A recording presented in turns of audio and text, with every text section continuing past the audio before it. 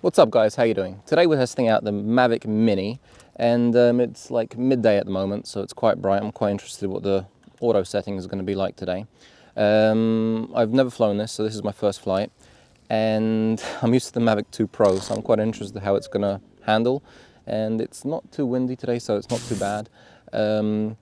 But I've heard that you can make this guy airborne by using the force, so we're going to try it right now.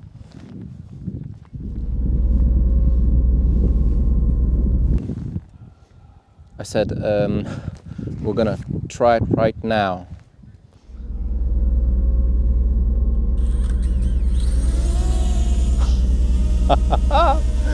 Right, now that I'm back home, I have a few thoughts about this little guy and what I experienced out there and what I experienced in here whilst editing. Flying with the gimbal 90 degrees down, it's just really bad. It's really jumpy. It doesn't keep 90 degrees. You're trying to film and I'm not going to explain it, just watch this.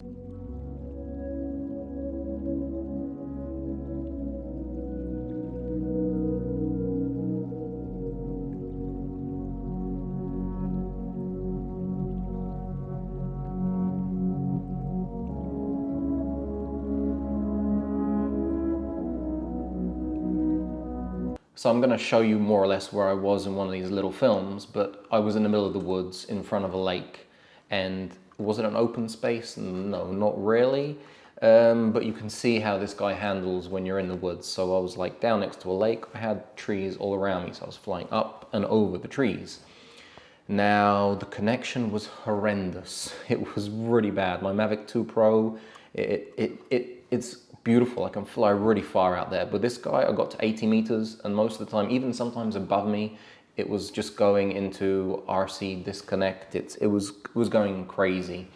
So shooting in the woods is really bad, and I will definitely go out and test it in open space just to make sure, because I've seen loads of films and everybody's flying like, 2-3 kilometers out and there's no problems. But in the woods, bad idea. What else did I write down here? Oh yeah, so for photos, Instagram, absolutely awesome. As you can see, I'm going to show you photos in a minute.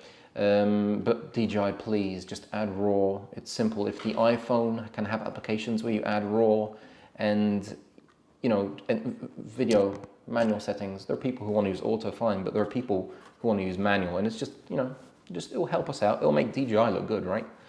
Anyway, here are a couple of photos.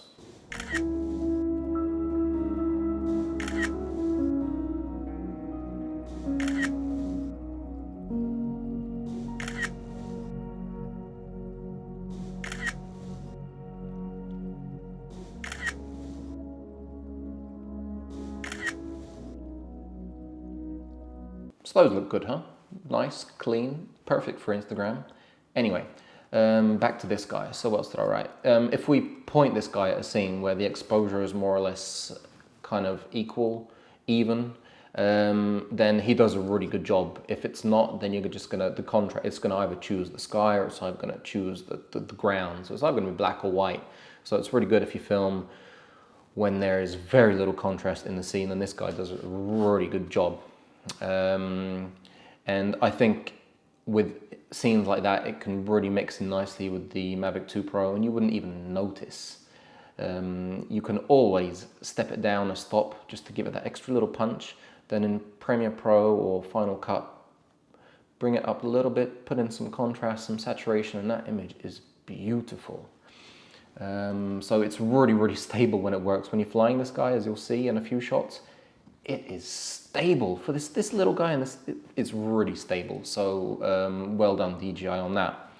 So anyway, here is my screen, the iPhone screen when I was flying. I'm not going to show you both batteries because that's going to be like nearly an hour's flying. So I'm going to show you just a couple of minutes so you get an idea of what I had to deal with. Yeah, check this out.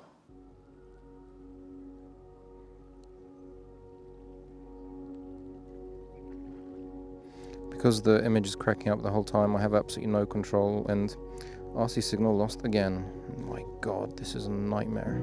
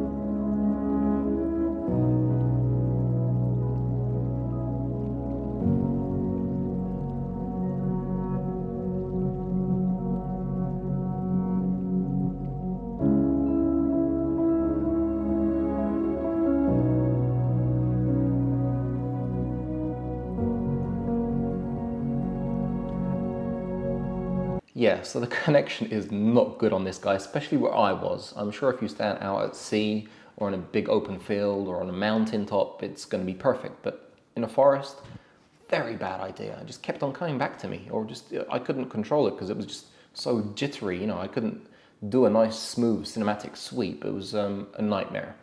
Anyway, one last thing. The codec on this guy, when you put it into Adobe Premiere on a MacBook, definitely, is horrendous. It's like the old codecs that I used to use on the Mavics. It is really bad. It makes, I mean, I'm using like a MacBook Pro from 2018 and it's maxed out, and this guy dies with this codec. Mavic 2 Pro codec, perfect. It's just smooth sailing. But this guy, horrible codec, horrible. So I hope they do an update, or Adobe does an update, or somebody does an update so it makes it a little bit smoother. Yeah, so those are my initial thoughts on this guy. I'm gonna go back to the other guy right now.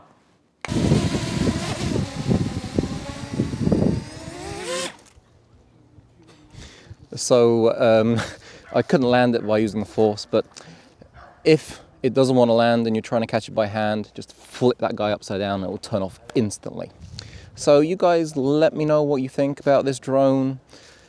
The footage, I'm hoping, looks pretty cool, and the photos look pretty decent. Shame there's no RAW, and it's a really big shame there are no manual settings in video, because that's a real pain. DJI, if you're listening to this, firmware update. Anyway, remember, you know, subscribing would be really appreciated, and catch you guys on the next side. On the next side? On the next one.